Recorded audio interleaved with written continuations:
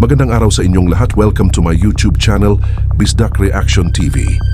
Ngayon bigyan natin ng reaction ang bagong hula ni Madam Wendra kay VP Sara Duterte. VP Sara Duterte, dapat mag-ingat, may nagplano sa kanyang buhay. May mga taong gagawin nila lahat di lang makaupo o makabalik ang mga Duterte sa pinakamataas sa politika. Sa puso ng mga tao walang pag-alinlangan manalo si VP Sara sa pagka-presidente, pero sa baraha 50-50 kasi nakita sa baraha ay may anomalya na magaganap para matalo SI Vice President Sara Duterte. Ngayon hindi na natin patagalin pa ito na ang hula ni Madam Wendra kay VP Sara Duterte ngayong taon 2026. Kung ma-analyze nyo po yung ating previous na tarot tungkol sa ating Madam Inday, Sara Duterte, ito po ngayon ang 2026 na update na nakikita ng tarot. Again and again, this is for entertainment use. Ang pikon, huwag magagalit. Ang pangit, itapon. Ang maganda ang ating pilit na pangibabawin. Tarot, ipakita mo sa akin kung ano nakikita mo sa ating Vice President Sara Duterte sa taong 2026 and onward. Again, ito po ay aking babalasahin at i-scrabble, then scramble. And kung ano po ang madampot ko, ito po ay ipinagkaloob ng tarot at ng universe. Ayan. Kaya po, ayan, nakita nyo kalat. Walang reshuffle po ito. Pakita mo po sa akin kung ano nakikita natin sa 2026 kay Binibining Sara, Vice President Sara Duterte. Nakikita nyo po ito? Isang lalaki ang mahigpit na talaga namang pinag-iisipan niya. Ayan po, nakita nyo to, lalaki, nakataob. Ibig sabihin kaya po siya nakataob, nag-iisip pa siya ng maraming, nakita nyo po itong cups, ito po ay maaaring signifies of kaso. Bakit sinabi kong signifies of kaso? Kasi po, di ba, pag nagpa-file ng mga kaso, magastos. Pag nagpa-file ng kaso, kinakailangan ang, para siyang ginto. So, para sa kanya, yung isa-sign niya o ibabato niya para kay Ma'am Sara Duterte ay matinding mga ginto daw or matitindi. Conversion nito sa salitang ibinabato niya ay matitindi na, as in masisira ang pangalan ng ating Vice President doon sa binabalak niyang ibabato. Unfortunately, nakabaliktad po siya. So, ito po ay malalampasan ng ating Vice President. Haharapin niya ito, and unfortunately, kung sino ka man na lalaki ka, kasi lalaki siya na nag-iisip talaga kung anong dapat gagawin. At may isang nag-feed sa kanya. May isang, nakita nyo po, may isang kamay. Yan, may nag-feed po sa kanya para batuhin ng napakaraming mabibigat na kaso si VP Sara ngayong taong 2026-27 hanggang sa kandidatura. Pakaisipin nyo pong mabuti dahil ayon po rito, nakabaliktad. Kung ano pong ibabato ninyo, again and again, ito po'y tarot lang. Ako po'y taga-interpret lang. Kung ano pong ibabato ninyo sa kanya, dahil siya naman ang in-scrabble name ko rito, ito po ay dapat yung pakaisipin dahil hindi magtatagumpay ang pagsira ninyo ng kanyang pangalan. Kung sino ka man na lalaki na nag-iisip, paulit-ulit kong sinasabi, akala ninyo sa tatlong maaatikabong akusasyon ay mapapasuko nyo ang isang Inday Sara. Sorry po, mababaliktad ang sitwasyon sa huling laban. Mananatili pong matatag ang ating Inday Sara. Ang problema lang po talaga ang emosyon niya tungkol sa kanyang father. Yun lang. Pagdating sa kaso, haharapin niya. Pagdating sa pero yung puso't ay baliktad. Yung puso at isip niya ay talagang natutorture sa pag-iisip sa kalagayan ng kanyang ama. Lalaban, sana naman malampasan ito ng pamilyang Duterte. Sana po ipagdasal ng buong sambayanan na malampasan ng ating family ng Duterte ang isang pagkawala ng isang taong mahal ng sanlibutan. Ito po ay hindi pa tiyak na magaganap. Sinasabi lang po sa atin ng tarot kasi po on and off na ang kalagayan ng isang tao na nasa malayo na nakakulong. Ibig sabihin ng on and off ang health, minsan biglang tumataas ang lahat ng kanyang blood pressure, ang kanyang sugar, and even the emotion and the stress ay tumataas at paiba-iba. Alam nyo, nakalagay dito, magdasal lang po tayo kung kayo po ay talagang mahal nyo po ang dating Presidente Duterte, magdasal lang po na makayanan lahat. At isang araw, naniniwala po ang tarot, naniniwala ang tarot, kaya nga death, ay makakaliban ang ating dating president sa sinasabing mahirap na kalagayan ng kalusugan upang hindi mapunta sa kamatayan. Yan po.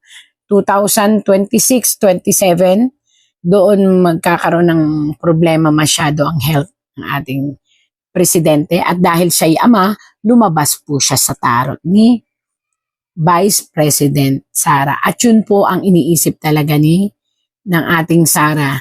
Hindi niya iniisip to kasi kaya niya tong labanan. Sabi nga kaya daw niya tong harapin. Kaya nga po ito mag-isip kasi haharapin talaga siya ng ating Vice President. Pero ito hindi niya kaya to. Ito ang iniisip niya. Ito ang palagi niyang kinakatakot, ang mawala ang kanyang ama. Kitang-kita naman po, death. At nakabaliktad siya. So, ibig sabihin nun, pwede pa nating ipagdasal ang ating presidente. Ang problema lang talaga, hindi mawala ito sa pamilya.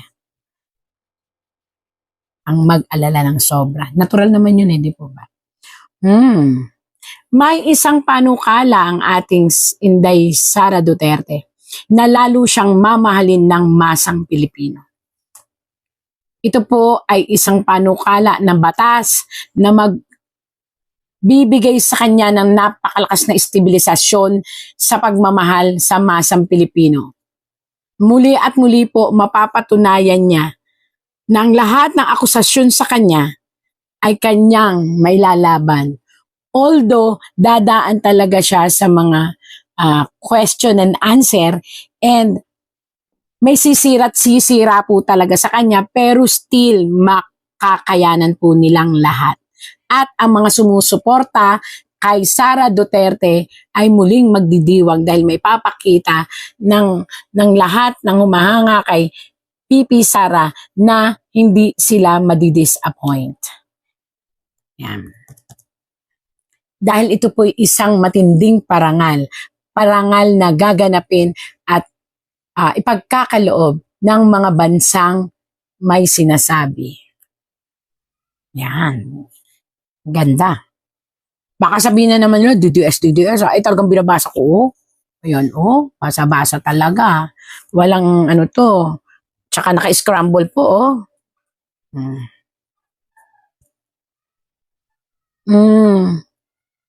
Kaya lang po, ang inang bayan, ang dami talagang sumusubok sa katapangan at sa katatagan ng ating Inday Sara. Mag-ingat. Ingatan nyo pong mabuti at huwag kayong lalayo at aalis ng walang kasama. Meron po ditong isang babae na hindi ko po maintindihan tong babaeng ito. May isang kausap na kilalang lalaki na nasa gobyerno rin po, gobyerno, na may masamang ah, parang meron silang binubuo. May binubuo sila na isang, hindi ko po kilala tong babaeng to pero itong babaeng ito ay matindi ang galit. Hindi lang sa kanya kundi sa ama. At isang lalaki na nakaupo sa trono. Hindi ko kilala kung sino to. Marami naman trono, politiko, politika. Pero ito'y may sinasabi sa politics, ang may binubuo na isang obra maestra. Pag sinabing obra maestra, pinag-aralan, ito ay kumbaga sa ay talagang sinasala. Ayan po, paano ko nalaman? Ayan po, may dala silang sinasala ng mga taong ito. Yan. Upang, siya'y papanagutin sa isang sitwasyon. Paano nalaman na sitwasyon? Ayan po. More on pera to Pera ang ibubukol sa kanya. Pera. At ito namang isang ito is travel. Pera at travel. Paano nalamang travel po? Ayan po. Ito po ay parang iron siya na pag pinukpok is parang ganon. Signifies po yan ng hangin na mabilis. Pwedeng travel, pwedeng sasakyan, ganyan. So, pera ang ipupukol at itong travel. So, hindi ko alam bakit lumabas yung mga travel dito. Ipupukol daw po na may kasamang pera. Siguro ang interpretasyon ng tarot, siguro po ito marami interpretasyon itong segment na to. Maaaring yung kanyang mga transpo o yung mga ginagastos niya o yung paglabas-labas niya ng Pilipinas ay ibintang sa pera, kinumbert sa pera. Or maaari rin naman na maraming nawawalang fund na unrecognized, hindi ito na-recognize sa panahon niya, pero ibabato sa kanya. At ito po ay again and again, malalampasan niya at may papaliwanan niya. Kasi, siya ay, yun po ang pagkakamali ng mga kalaban nila. Bagkus nyo po silang isuong sa apoy. Bagkus nyo po silang apuyan or igisa sa mga kaso, bagkus po silang nahahasa. So parang ang nangyayari, hinahasa nyo lang po ang ating VP Sara para maisaayos niya ang paghahawak ng Pilipinas pag dumating ang panahon. Ayan po yun, pag dumating ang panahon, para ako nagkukwento. Na para pagdating ng panahon na ipagkatiwala sa kanya ang Pilipinas, ito po, makinig po lahat totoo po to, ay hindi tayo mapapabayaan. Yan ang sinabi ng 2026 sa kanya. Bagkus siyang hinahasa bagkus siyang binibigyan ng maraming kaso para siyang hinahasa na mabuti. Para kung sakali at ipagkaloob sa kanya ang tiwala ng mamamayan ay hindi na tayo or hindi tayo bitin or hindi tayo mapapabayaan. So, may disadvantages at advantages yung mga kasong ipinamumuka or isinasalang sa kanya. Kaya lang ang ating mismong VP Sara ay pipilitin na kayanin ang lahat dahil hindi sa paghihimagsik, kundi para ipakita na ang pangalan niya, ayan po nakatalikod, na ang pangalan niya ay hindi niya gustong masira.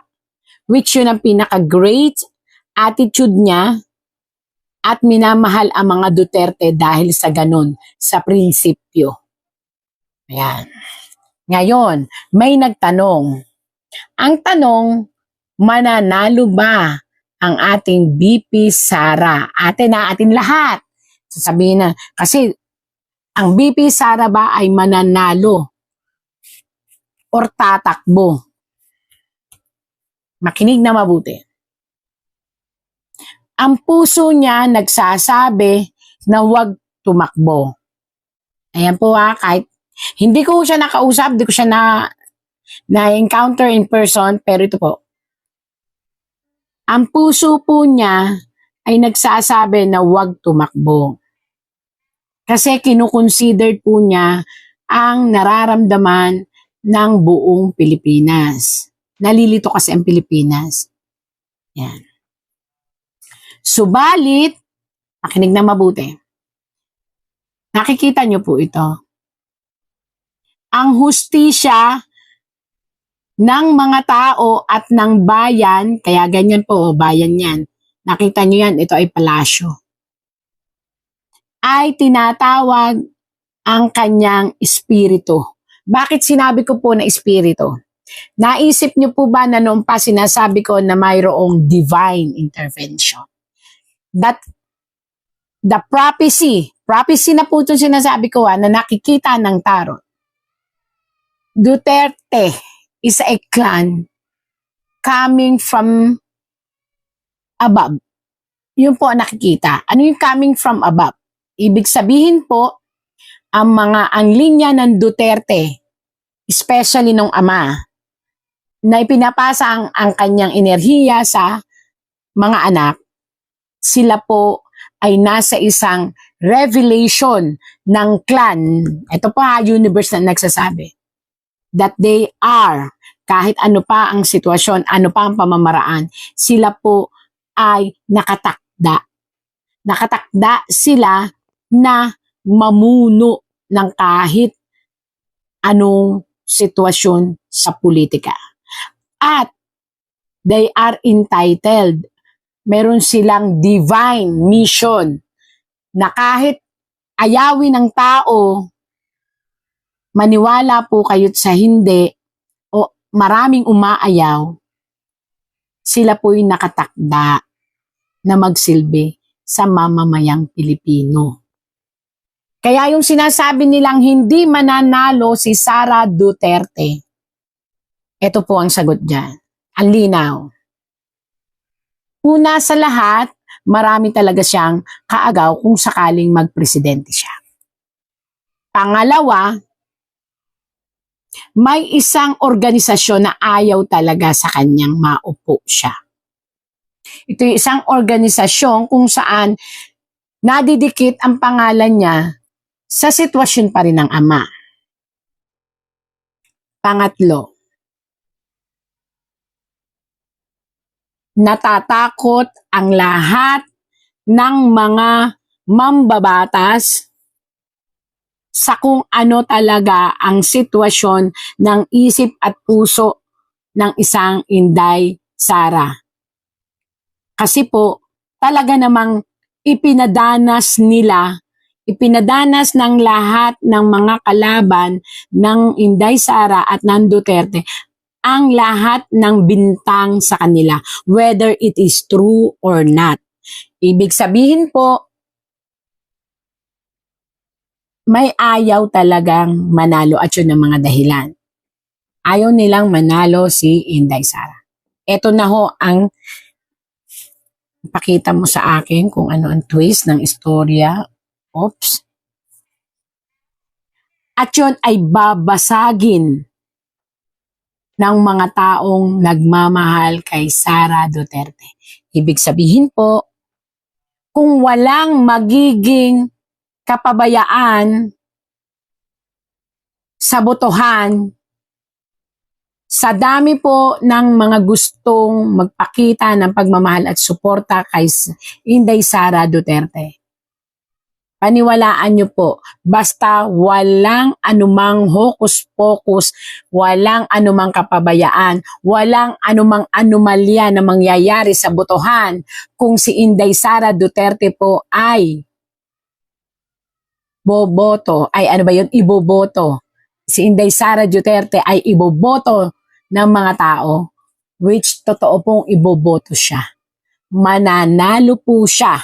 Tandaan nyo, ako na po ang nagsabi, wag lang magkakaroon ng dayaan, wag lang magkakaroon ng kapabayaan, at wag lang magkakaroon ng sinasabi na pagbabaliktad ng sitwasyon. Sara Duterte will won the heart of the Filipino masses. Ibig sabihin, taong bayan ang magnanais na siya'y manalo.